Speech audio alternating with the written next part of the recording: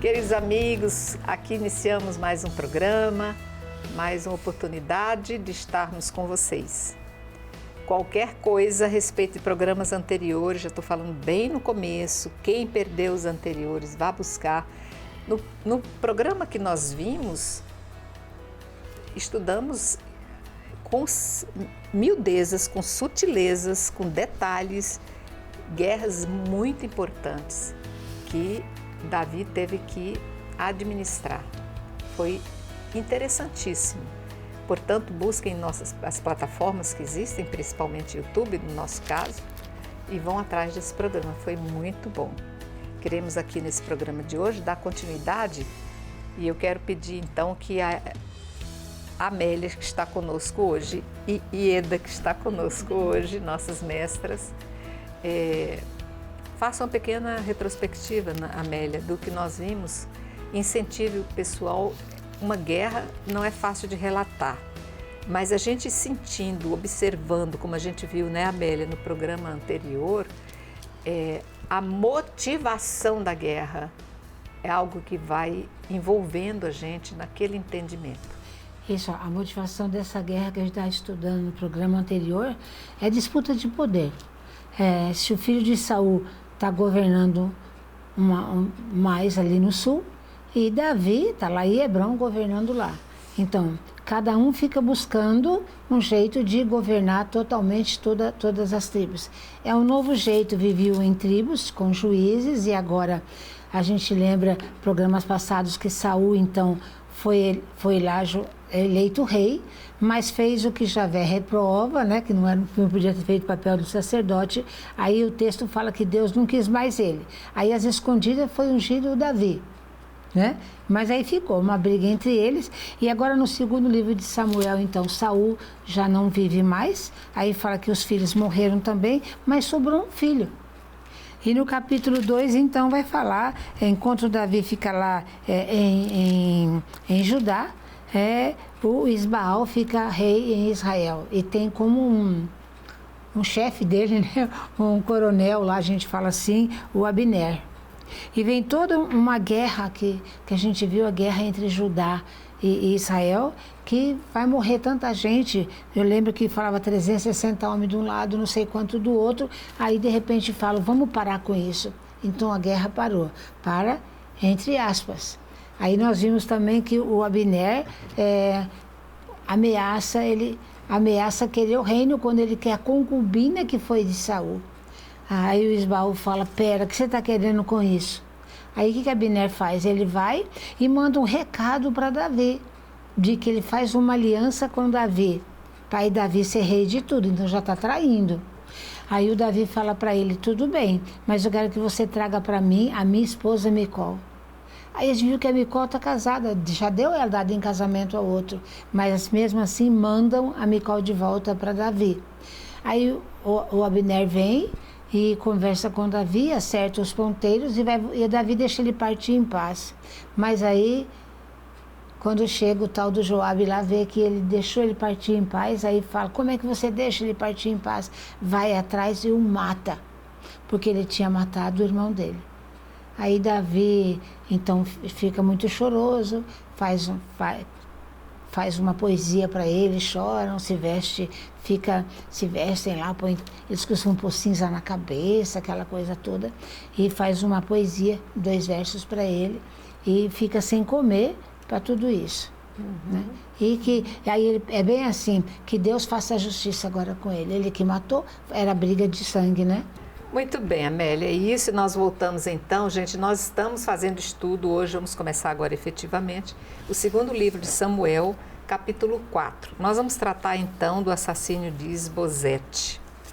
Vamos fazer uma leitura pequenininha, vamos dividir esse trecho longo desse capítulo em 3 porções, para ficar mais fácil nossos comentários. Assim que o filho de Saul teve notícia de que Abner morrera em Hebrom, as suas mãos fraquejaram e todo Israel se consternou. Ora, o filho de Saul tinha 2 chefes de bando. Um se chamava Baana, o outro Recabe. Eram filhos de Remon e Berô e benjaminitas, porque Berô também se considerava de Benjamim. Os homens de Berô tinham se refugiado em Getaim, onde ficaram até aquele dia como migrantes. Estava ali um filho de Jonatas, filho de Saul, o qual era aleijado de ambos os pés. Tinha ele 5 anos quando chegou em Jezreel a notícia da morte de Saul e Jonatas. A sua ama o apanhou e fugiu com ele. Mas, na precipitação da fuga, a criança caiu e se feriu. Chamava-se Mefibosé. Os filhos de Remon, de Berô, Recabe e Baana estavam a caminho e chegaram à casa de Isbosé na hora mais quente do dia, quando este descansava. Penetraram no interior da casa, carregados de trigo, e o feriram no ventre. Recabe e seu irmão Baana escaparam e entraram na casa onde ele estava deitado no leito em seu quarto, dormindo. Eles o feriram mortalmente e o decapitaram, e depois, carregando a cabeça, andaram a noite toda pela estrada de Arabá. Levaram a cabeça de Isbosé a Davi em Hebrom e disseram ao rei: Aqui tens a cabeça de Isbosé, filho de Saul, teu inimigo que queria tirar-te a vida. E Yahvé trouxe hoje ao Senhor, meu rei, uma vingança contra Saul e sua raça. Meu Deus. Triste, né? Como é que a gente pode interpretar? Hoje a gente diria não só como vingança de guerra, mas como falta de consideração, algo chega ao liame de vingança mesmo, por ódio, né? Então, e aí esse trecho, esse capítulo 4 aqui, o último obstáculo que tinha para Davi chegar ao poder agora cai, com a morte do rei das tribos do norte, né? Isbaal, que reinou por 2 anos, Israel, com o apoio de Abner. Agora ele fica sabendo que Abner foi morto em Hebrom, e ele, aqui o texto diz aqui que as suas mãos enfraquejaram no versículo 1. Né? Isso quer dizer o quê? Que ele se acovardou, percebeu que agora ele está sozinho nessa batalha, nessa luta, e ele não é um rei assim muito... É um rei fraco, né? Tanto que o Abner já estava passando para o lado de Davi. E tem um comentário aqui, a questão do filho. Ele fala sobre um filho que vai morrer, o rei, o descendente de Saul, que era o 4º filho de Saul. Ele vai morrer por um dos benjaminitas, que eram guerrilheiros, que estavam descontentes. Aqueles 2. Então, porém, não sobra mais outro rei, não tem a dinastia. Porque o último filho aqui que narra, que o autor fala, ele tem uma dificuldade no pé, né? É alguém que não tem a capacidade para governar.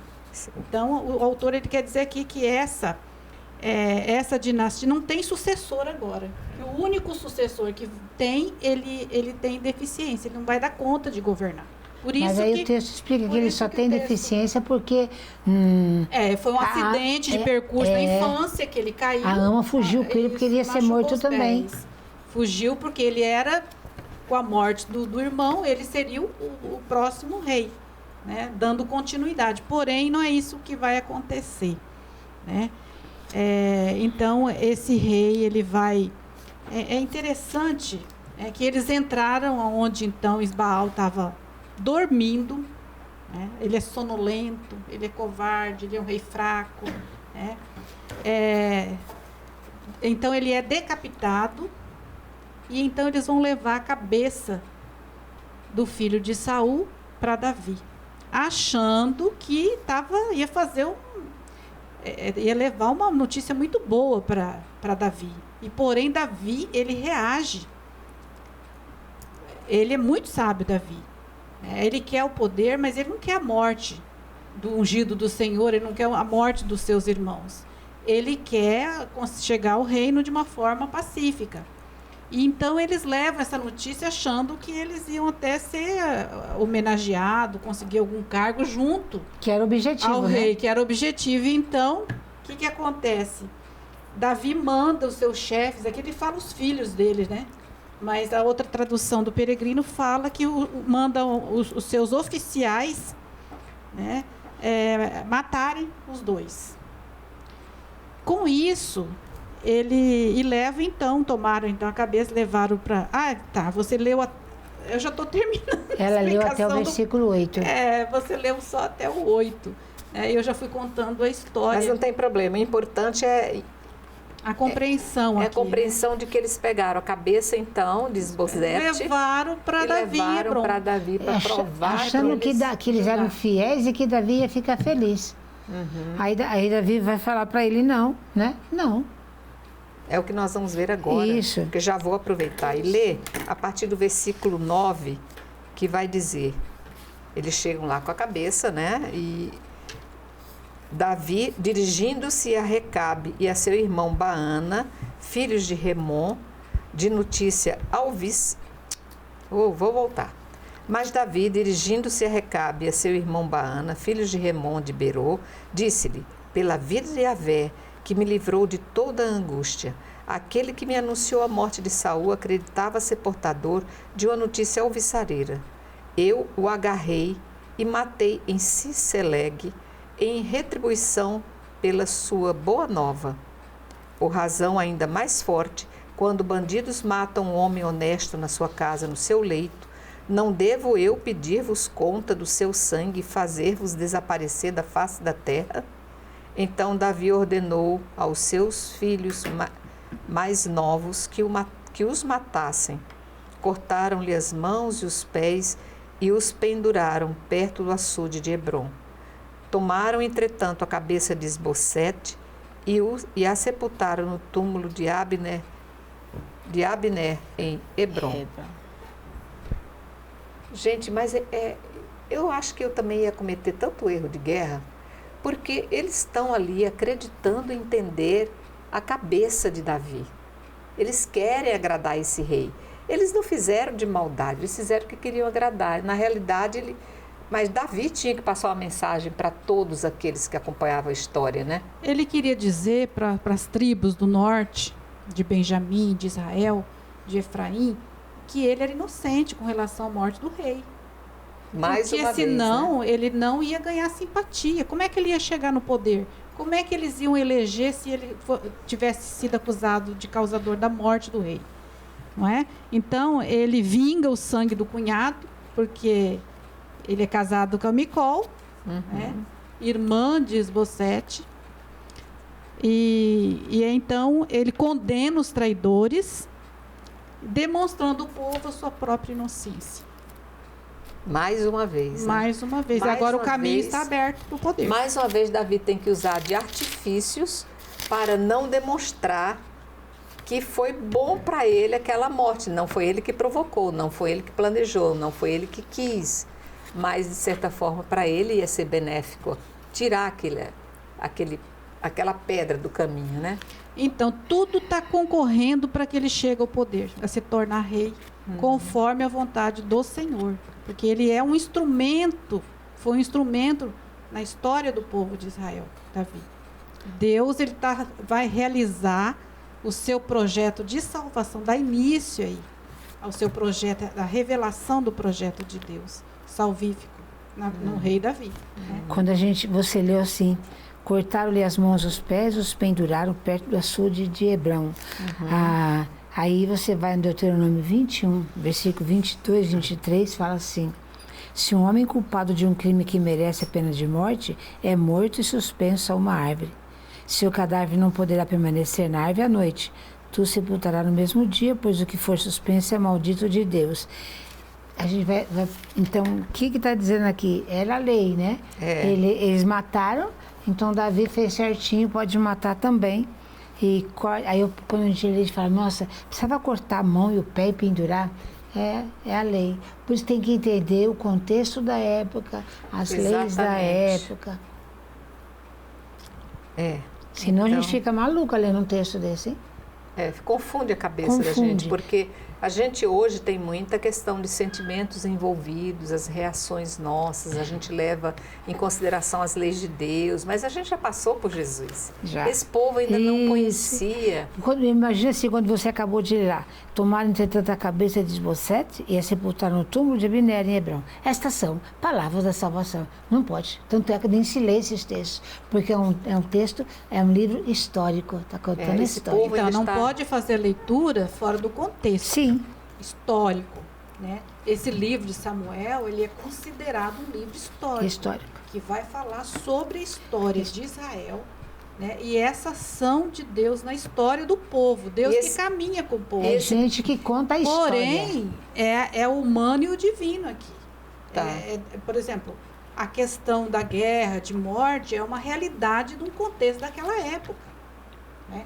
Porém, Davi, a gente percebe que ele foi o escolhido, o ungido. E aí, mas teve que enfrentar as batalhas. Né? Ele não deixou, não, eu sou escolhido por Deus, agora Deus vai fazer eu chegar lá. Não, ele não cruzou os braços, ele não era covarde. Ele arregaçou as mangas e foi seguindo as orientações de Deus. E é difícil você saber qual que é a vontade de Deus, porque às vezes Deus escreve torto, né, por linhas, escreve certo por linhas tortas, até você entender, mas aqui a gente vai percebendo que tudo vai concorrendo para que ele chegue ao poder, para que aquela palavra, aquilo que ele foi ungido por Samuel se realize. Ele vai ser o rei de Israel. Não é? Então a gente, apesar das lutas, intrigas, brigas pelo poder, aqui é só um começo, porque depois isso continua. Entre os seus filhos a briga pelo poder. Pois é, mas aí eu fico realmente em dúvida nesse momento. Já existiu o decálogo? Já. Moisés já tinha deixado as leis. Não matarás. E lá nas leis de Deus, escritas com o próprio dedo de Deus na pedra, continha as 10 normas. Não matarás. Não matarás, não cobiçarás. Mas aqui no caso, Davi ele não matou. Tudo que foi acontecendo foi por conta das intrigas entre os que estavam do lado dele e os que não estavam. E os que estavam do lado de Saul. Então as coisas foram acontecendo. É lógico que ele teve... não ficou parado. Não, eu vou ser... Tem a profecia que eu vou ser o rei. Mas ele teve que conquistar esse rei. Ele teve que ter esperteza, teve que ter sabedoria, teve que colocar Deus na frente para que realmente os desígnios de Deus se realizassem na vida dele.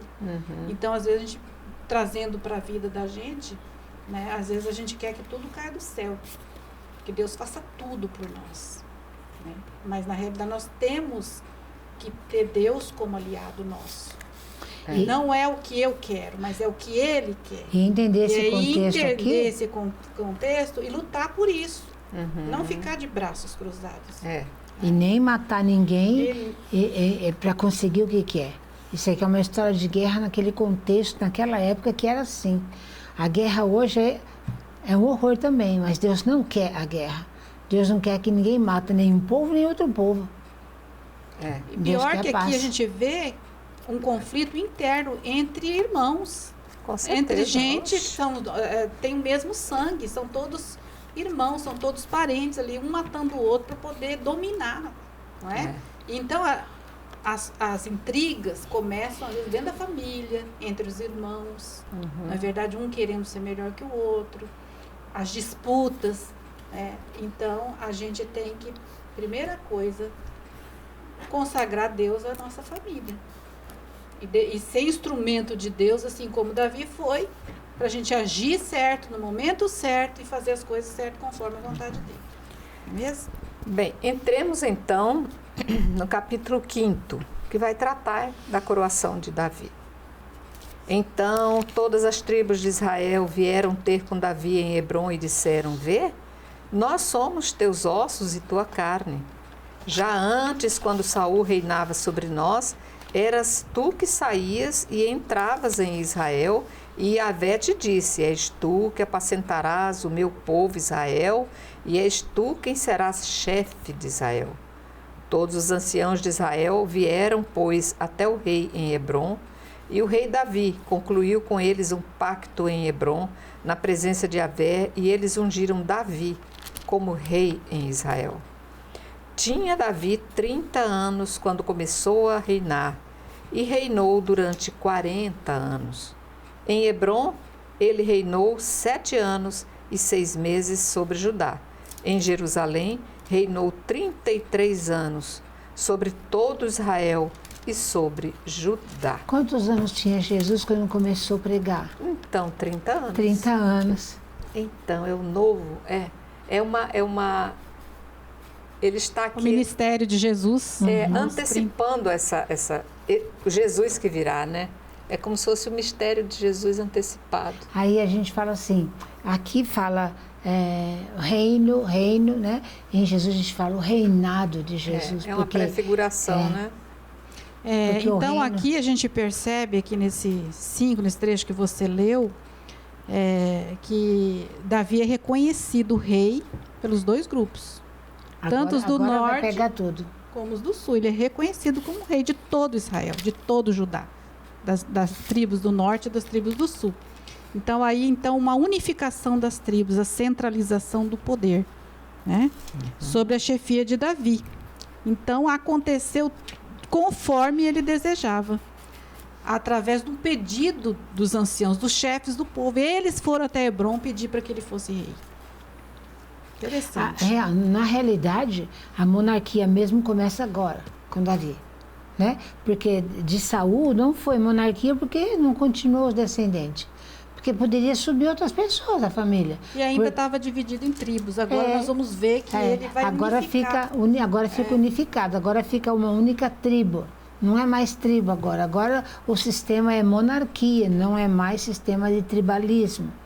Né? Agora então é monarquia. Agora ele é rei absoluto em todo o território.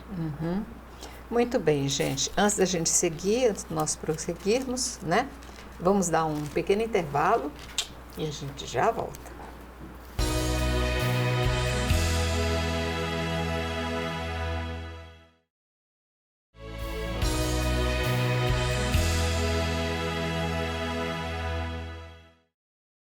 Ok, voltamos. Estamos agora entendendo que Davi já é rei, foi ungido definitivamente. Vamos então entender a conquista de Jerusalém pelas mãos de Davi. Vamos ler os versículos do 6 até o versículo 12. Vai dizer: Davi marchou então com seus homens sobre Jerusalém contra os jebuseus que habitavam a terra, e estes disseram a Davi: Não entrarás aqui, a não ser que afastes os cegos e aleijados, como para dizer: Davi não entrará aqui. Davi, porém, tomou a fortaleza de Sião, é a cidade de Davi.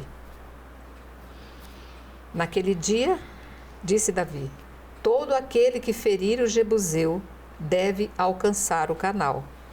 Quanto aos aleijados e aos cegos, eles desgostam Davi. É por isso que se diz: aleijado e cego não entrarão na casa. Davi se instalou na fortaleza e lhe chamou Cidade de Davi. Depois, Davi construiu ao redor, desde Melo até o interior. Davi ia crescendo e Yahvé, Deus dos exércitos, estava com ele. Hirã, rei de Tiro, enviou mensageiros a Davi com madeira de cedro, com carpinteiros e pedreiros, que edificaram uma casa para Davi. Então viu Davi que Yahvé o confirmara como rei sobre Israel e exaltava a sua realeza por causa de Israel, seu povo. Quando a gente fala que agora começa a monarquia mesmo com Davi, você vê o primeiro ato. Então, quando você estuda Juízes, que fala que toda a terra foi tomada, não foi? Jerusalém ninguém tinha tomado. Ninguém conseguiu, agora Davi consegue. Lógico, Jerusalém já sabe como agir como um rei, com os vassalos, como que tem. Então Davi conversa, faz um pacto e toma Jerusalém. Aí ele manda construir uma casa para ele. Lembra que Saul foi eleito e voltou para a terra, né? Agora não. Agora tem uma cidade-estado. Então agora é uma monarquia, é um reinado. Tem uma cidade-estado murada E Davi constrói o seu palácio. É uma casa, mas é construído um palácio. E ele vai se estabelecer em Jerusalém. Em Jerusalém. Então, agora ali, ó, por isso que fala... Cidade de Davi. Cidade de Davi. E até hoje se fala Jerusalém, a cidade de Davi, né? Aí ele vai crescendo, e Davi, aí fala que Javé estava com ele. Então, na realidade, agora está instaurada a monarquia. Tem a cidade-estado, onde o rei mora, e a sua corte. Fez um palácio agora. Então, essa escolha de Jerusalém como capital por Davi é um ato assim estratégico dele. Porque ele toma uma cidade que ainda não pertencia a Israel. Não pertencia ao reino do norte. E nem ao sul. E nem ao sul. Quem morava nessa região eram os jebuseus, que ele conquista. Ele conquista a terra. Ele vai na luta e aí ocupa Jerusalém, esse ponto estratégico aqui, né? Então, ele inaugura essa capital, que vai ser a capital do reino, né? É uma cidade sem vínculo tribal, é uma conquista sua pessoal e bem situada e de grande valor estratégico. Porque ela fica numa colina, né? Ela fica entre os dois reinos. Entre os dois reinos, então ali... A sede do governo, então o poder central vai ser constituído ali. Ali que ele vai montar a sua sede do governo. Como que era a forma de governo de Jerusalém até então? A forma de governo era tribal, cada um tinha o seu, então, ali seu chefe, tinha um juiz, o seu representante. Né? Ali tinha um Aqui juiz. eles falam dos anciãos, que eram chefes do povo, né, que apoiavam, uns apoiavam Saul, outros apoiavam Davi, até Davi chegar no poder. E ele foi estratégico, porque Saul não tinha pensado numa sede do governo, quanto rei, ele já era um rei. Davi, a primeira coisa que ele fez, ao assumir o poder, foi criar uma sede do seu governo em Jerusalém, um ponto estratégico. Enquanto ele estava em Hebron, ele não fez nada, porque ele estava com um pedacinho. Agora, como ele é rei de tudo, da terra toda, então agora, essa primeira estratégia, vou fazer uma capital. Jerusalém ninguém tinha conquistado, ele consegue entrar e fazer a sua capital e já faz um palácio para ele. Fala uma casa, mas é um palácio para ele. Então agora o povo tem uma capital, todo o país tem que ter uma capital, tem uma capital e um rei que mora num palácio. Pronto, é instaurada a monarquia, agora vai. Então a questão teológica aqui também, a escolha de Jerusalém, né, essa eleição de Davi como rei, e Jerusalém como capital, ela é um ponto, uma nova etapa histórica agora aqui, né? E então Jerusalém ele vai adquirir para Israel, para os judeus, né, um valor espiritual, né? Então Jerusalém será o segundo polo escatológico. Então Jerusalém aqui, para nós, hoje que conhecemos toda a história, porque Deus ele vai agindo e se revelando aos poucos, de uma forma pedagógica na história, de acordo com os fatos ocorridos na Bíblia, né? Nós vamos ver que Jerusalém foi aonde Jesus acontece a salvação do povo. Ele entrega a vida onde nasce a igreja, né? Jerusalém, ela vai se transcender essa cidade, ela é uma cidade espiritual, ela transcende essa realidade material. Ela vai ser chamada lá em Apocalipse a Jerusalém Celeste, a cidade de Deus, onde Deus vai estar junto com o seu povo, onde não vai mais ter choro, né, onde Deus vai secar toda lágrima. Então, é muito bonita essa junção aqui, que começa uma nova etapa, tanto da eleição de Davi como rei, como a estratégia, a escolha da cidade de Jerusalém. Então, teologicamente, a gente já percebe aqui, né, uma escolha. Davi tem essa escolha assim muito clara, um ato muito audacioso e muito claro para ele. Ele tem uma visão essa realmente... necessidade dele ter uma sede para que ele possa governar, para que ele possa ser chefe daquele povo. E Jerusalém é interessante, quando a gente vai fazer essa excursão para chegar lá em Jerusalém, o ônibus para numa via onde a gente desce do ônibus e você olha Jerusalém em cima de um alto, uma visão muito bonita e a gente... Estratégica. Então, a gente fica pensando, realmente foi uma inspiração ter construído aquela cidade naquele lugar, naquele ponto, porque ela é como se fosse um luzeiro. Ela se coloca como um ponto de destaque, de luz. Salomão foi ungido para perceber isso aí. Ele sentiu no coração dele essa vontade de Deus. É ali que deve ser o meu reinado.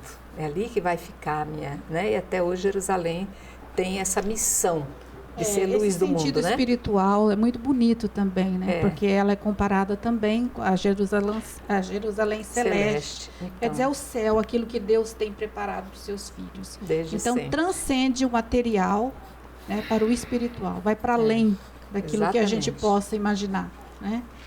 Muito bem, seguindo o versículo 13. Depois de sua chegada de Hebrom, tomou Davi ainda concubinas e mulheres em Jerusalém, e nasceram-lhe filhos e filhas. Estes são os nomes dos filhos que lhe nasceram em Jerusalém: Samua, Sobabe, Natã, Salomão, Gebaá, Elisua, Nafeg, Jáfia, Elisama, Eliada e Elifalé. Quantos filhos ele tinha lá quando estava saindo? Aquele monte de mulher. E agora aqui ele 5 filhos que nasceram em Hebrom. Agora os que nasceram em Jerusalém. 9. Os primogênitos. 9, olha só. E percebe que o Salomão é o nono. O Salomão, tinha nascido 6, 7, 8. Salomão é o 10º filho. E ele que vai ser o herdeiro. É o futuro. Exatamente. É que nós temos também os futuros concorrentes.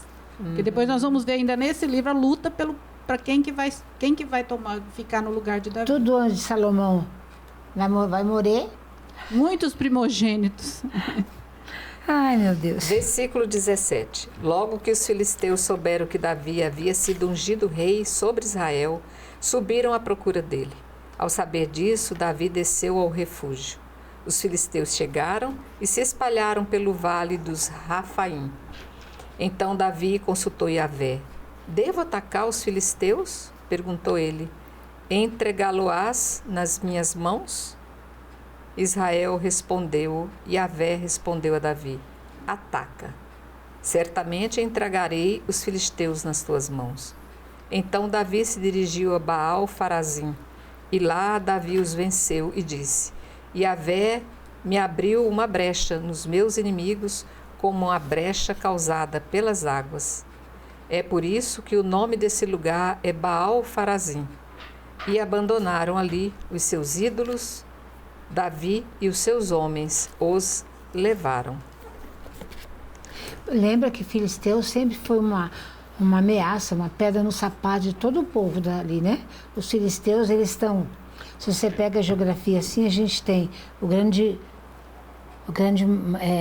mar para cá, para lá o Mediterrâneo, para cá tem o deserto, e essa terra é uma terra de passagem, né? Uma terra de passagem. Então os filisteus, eles estão aqui na faixa de Gaza, que chama Gaza até hoje. Ali eles ficavam. Então, quando Davi assume Jerusalém, os filisteus também se sentem ameaçados agora, porque sabe do poder de Davi. E a primeira coisa que Davi... Porque eles vão à procura de Davi. Aí Davi então vai até lá também e consegue vencer a luta. Domina também os filisteus. E eles são cada vez mais encurralados para a costa marítima. Sim. Então eles vão cedendo o território, porque se ficar Davi ele vai avançando, lutando e vai conquistando e vai tomando posse daquele território. É interessante a luta contra os filisteus, principalmente aquela luta de Davi com Golias, também prefigura a parte espiritual e teológica, né, da luta de todo homem contra o mal. Então, aqui também nós temos a questão dessa luta, que mais uma vez, Davi ele vence aqui os filisteus, que era igual a Merinha falou, uma pedra de sapato, no sapato. E lembrando que os filisteus, lembra que lá atrás Davi havia se unido aos filisteus, se tornado um vassalo dos filisteus, para poder se esconder de Saul. Interessante, né? Ele ainda continuava, ele não havia feito ainda aquela ruptura oficial. Então ele ainda carrega um pouco esse fardo. E agora, oficialmente, então, ele vai romper com porque se ele não faz isso, é uma ameaça constante dos filisteus para entrar, porque Né? É o único destino, e Davi não vai ter sossego, por isso que Davi os vence. Aí agora ele se torna um vassalo de Davi. Agora inverte a situação. Isso. Versículo seguindo em frente, o 22. Os filisteus subiram novamente e se espalharam pelo vale dos Rafaim. Davi consultou Yahvé e lhe respondeu: não os ataques pela frente, mas dá a volta pela sua retaguarda e aproxima-te deles em frente às amoreiras. Quando ouvires um ruído de passos no cimo das amoreiras, então apressa-te. É Yahvé que avança à tua frente para aniquilar o exército filisteu. Davi procedeu como Yahvé lhe ordenara e venceu os filisteus, desde Gaba até a entrada de Gazer. Quando ele fala assim, quando vir os passos, vai dizer, os passos vai ser de Yahvé. Olha como que quem está contando a história fala, tudo que Davi fez é Deus que guiava.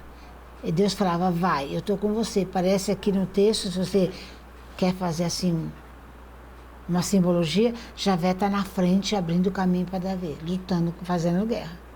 E ele é um grande estrategista.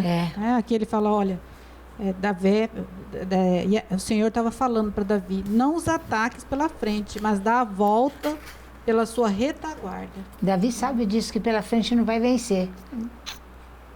Vai do lado. Uhum. Gente, entramos no capítulo 6. Vai tratar da arca. Eu vou ler até o versículo 8º, aí a gente comenta um pouquinho e vamos sentindo como é que vamos evoluir agora nesse texto final. É interessante que esse translado da arca para Jerusalém ele é outra estratégica política dele, porque Jerusalém não vai ser só o centro político, mas ele vai se tornar centro religioso. Lembrar que a arca até então estava no meio do povo, mas ele vai tentar colocar, não vai ser feliz logo na primeira vez. Não. Então, capítulo 6 do segundo livro de Samuel. Tornou Davi a reunir toda a elite do exército de Israel, 30.000 homens.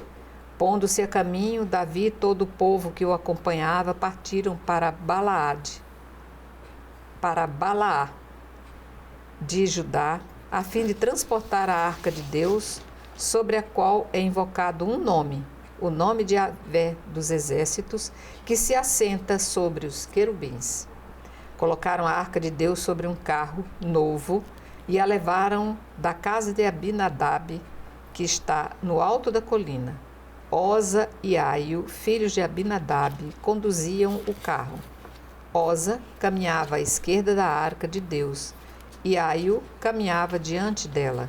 Davi e toda a casa de Israel dançavam diante de Yahvé ao som de todos os instrumentos de madeira de cipreste, das cítaras, das arcas, dos tamborins, dos pandeiros e dos símbolos. Ao chegarem à eira de Nacon, Oza estendeu a mão para a arca de Deus e a sustentou, porque os bois a faziam tombar.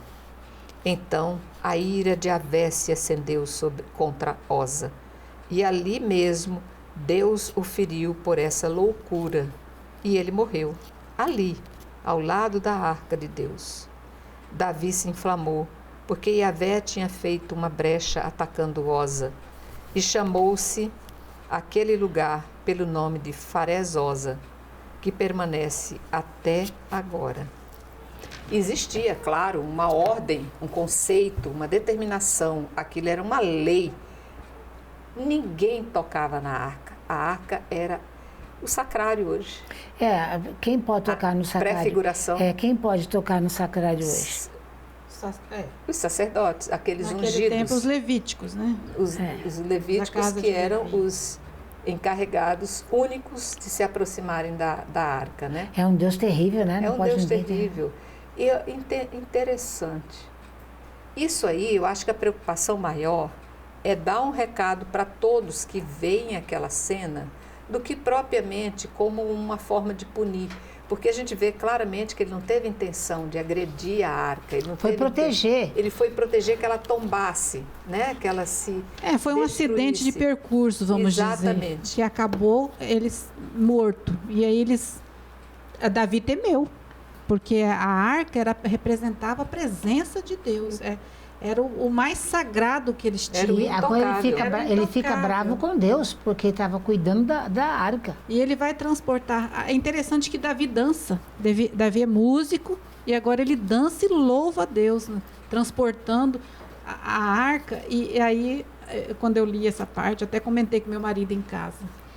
Existem duas correntes na igreja que faz com que o louvor, né, chega até Deus. Então tem uns sacerdotes que gostam, né, uma corrente dentro da igreja que bate palma, que louva, que dança, faz barulho, canta, os pentecostais, né?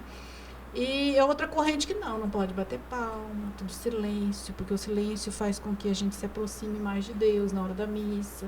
Então eu já vi assim, sacerdote falando, não, gente, não vamos bater palma, né? Tudo, não vamos pular, não vamos... tudo discretamente, para que a gente fique em silêncio, é um momento de oração e tal. E tem outro que não, que já dança, que pula. Aí eu falei, mas Davi dançava e pulava. Mas veja bem, aqui não existia Jesus. Não. Então, mas Jesus o que fazia? Sua missão não havia ainda sido apresentado ao mundo. Isso. Aqui era o louvor e as graças de ter um Deus no meio deles. E essa presença exigia toda essa alegria. Já pensou um Deus conosco? Um Deus conosco precisa desses louvores, desses tamborins, das cítaras, da palma. Isso é bem-vindo. Mas quando Jesus vem e mostra a implantação de seu reino e sua missão, cessam-se os tamborins, porque agora um rei, esse rei, vai dar a sua vida. E agora, toda vez que nós estamos numa celebração, vamos lembrar sempre desse martírio, não mais das alegrias da arca. Então, eu penso assim, que as duas coisas podem acontecer, né? Na missa, depende de quem está ali na presidência do momento litúrgico. Eu acho que as duas coisas, porque Jesus, o que Jesus fazia? Pensando naqueles que não é para bater palma, não é para fazer barulho, pensando nesses momentos, Jesus, o que ele fazia quando ele ia orar? Ele se afastava do barulho, ele ia para a montanha, Exatamente. Ele ficava sozinho e falava ao Pai. Né? Então, assim, vai de acordo com o que tiver ali, né? E as duas correntes não estão erradas, não. Nós vamos fazer, né?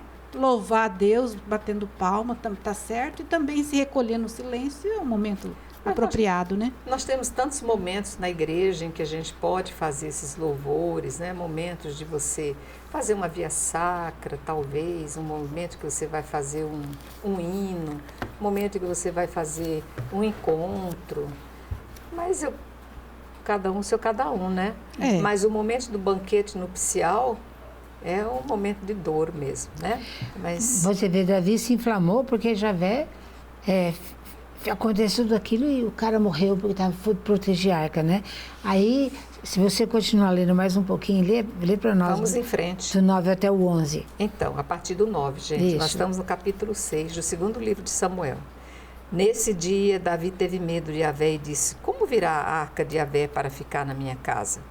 Por isso, Davi não quis transferir a arca de Yahvé para a cidade de Davi e levou para a casa de Obed-edom de Gate. A arca de Yahvé ficou 3 meses na casa de Obed-edom de Gate. E Yahvé abençoou Obed-edom e toda a sua casa. Ele ficou com medo, aí fica na tua casa. E a casa foi abençoada. Então, Agora ele vai ter coragem de levar para casa dele a arca. Você viu só? Só que aí tem uma diferença. Se você continuar lendo, ele vai dançando, rodopiando, louvando a Deus e oferecendo sacrifício até terminar o transporte da arca. Deixa eu ler rapidinho, porque já estamos quase no final do nosso programa, seguindo aí no 12. Contou-se ao rei Davi que Yahvé tinha abençoado a casa de Obed-edom e tudo o que lhe pertencia, por causa da arca de Deus. Então Davi foi e trouxe a arca de Deus da casa de Obed-edom para a casa de Davi com grande alegria. Quando os que carregavam a arca de Yahvé davam 6 passos, eles sacrificavam um boi e um bezerro cevado. Davi rodopiava com todas as suas forças diante de Yahvé. Ele estava cingido com um efode de linho. Davi e toda a casa de Israel fizeram assim a arca de Yahvé subir, aclamando e soando a trombeta. Aconteceu que, entrando a arca de Yahvé na casa de Davi, a filha de Saul, Micol, olhava pela janela e viu o rei Davi saltando e dançando diante de Yahvé, e no seu íntimo ela o desprezou. A arca de Yahvé foi levada e depositada no seu lugar, no meio da tenda que Davi tinha feito armar para recebê-la. E Davi ofereceu holocaustos na presença de Yahvé, bem como sacrifícios de comunhão. Assim que Davi terminou de oferecer holocaustos e sacrifícios de comunhão, abençoou o povo em nome de Yahvé dos exércitos. Depois distribuiu a todo o povo e a multidão toda de Israel, homens e mulheres, a cada um pedaço de pão, uma porção de carne e um doce, e em seguida foram-se todos, cada qual para sua casa. E voltando Davi para abençoar sua casa, Micol, a filha de Saul, saiu ao seu encontro e disse: Como o rei de Israel fez louvar hoje, descobrindo-se na presença das servas dos seus servos, como se descobriria um homem de nada? Mas Davi respondeu a Micol: É diante de Yahvé que me preferiu a teu pai e a toda a sua casa para me instituir chefe do povo de Yahvé sobre Israel. Eu dançarei diante de Yahvé e ainda mais me abaixarei. Aos teus olhos serei desprezível, mas aos olhos das servas de quem tu falas, perante elas serei honrado. E Micol, filha de Saul, não teve filhos até o dia da sua morte. Como se fosse um sinal de castigo, porque ela foi irônica com Davi, foi irônica, né? Ela foi irônica. Como é que ele, sendo um rei de Israel, se humilhar diante de Yahvé? E desprezou o gesto. Ele foi tirando as túnicas rodopiando, só de tanga. pulando, cantando. Só de tanga. E ela, você não tem vergonha, então, não? Micol olhou o lado humano, não olhou o coração de Davi naquele momento, que rendia graças a Deus. Por ter sido o seu eleito. Ele é escolhido como rei. O rei representa a representação de Deus junto ao povo. E para ser esse representante de Deus, ele é obediente a Deus a serviço do povo. Então ele tem a consciência de que ele é um vassalo, é um servo de Deus, um escolhido para estar a serviço, um poder que está a serviço. Então é que fala que ela não teve filho como se fosse como uma se ela punição. Não quisesse mais. Ela foi punida pelo comentário irônico que ela fez, né? E Davi se coloca assim na posição de humildade diante de Yahvé. Diante do Senhor. Gente, como é bom estudar e saber, né? São coisas assim que nos fazem ter certeza que Davi foi realmente um grande homem. Cometeu suas falhas, com certeza foi redimido diante de Deus e soube fazer um grande gesto de reconhecimento a Deus por tudo aquilo que Yahvé foi e tinha demonstrado ser. Queridas mestras, muito obrigada por nossa orientação de hoje. É uma alegria estar aqui. Obrigada, Amélia, obrigada, Ieda. Eu agradeço a vocês e convido para o próximo programa. Continuemos com toda essa história da Davi. Vem muita coisa bonita ainda para a gente conhecer. Meu coração eternamente agradecido, rendo graças à Senhora, dizendo Salve Maria Imaculada. Salve Maria Imaculada.